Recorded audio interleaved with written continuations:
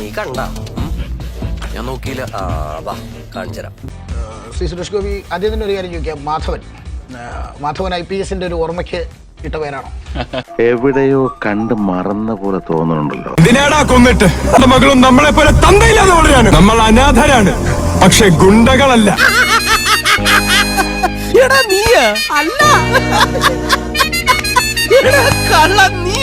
പാത്രങ്ങളെല്ലാം വീട്ടിൽ വേണമെന്ന് ഒരു നിർബന്ധം പിടിച്ചിരുന്നെങ്കിൽ വീട്ടിൽ ചിലപ്പോൾ ഒരു ഫുട്ബോൾ ടീമും ഒരു ക്രിക്കറ്റ് ടീമും എല്ലാം ഉണ്ടായിപ്പോയെന്നെ.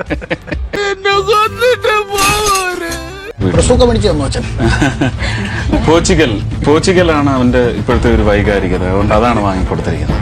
അപ്പൊ അവൻ പറയുന്നത് 2026 ഇന്ത്യ ലോകകപ്പ് ഇന്ത്യയിലേക്ക് കൊണ്ടുവരുമ്പോൾ ആ ടീമിൽ ഒരു അംഗം ഞാനായിരിക്കും എന്ന് പറയുന്ന ആ ഒരു വലിയ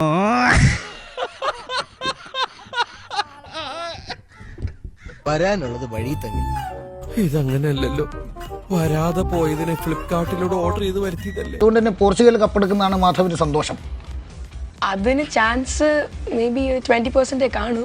still I believe in Portugal. പക്ഷേ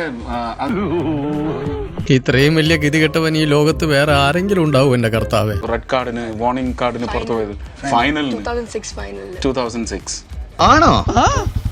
ഭയങ്കര. ഒരു റഫീഖ് വിളിക്കുന്നില്ല. വേണ്ട, എന്റെ ദുരവസ്ഥ ചർച്ച ചെയ്ത് ആനന്ദിക്കാനുള്ള വിളിയാണ്.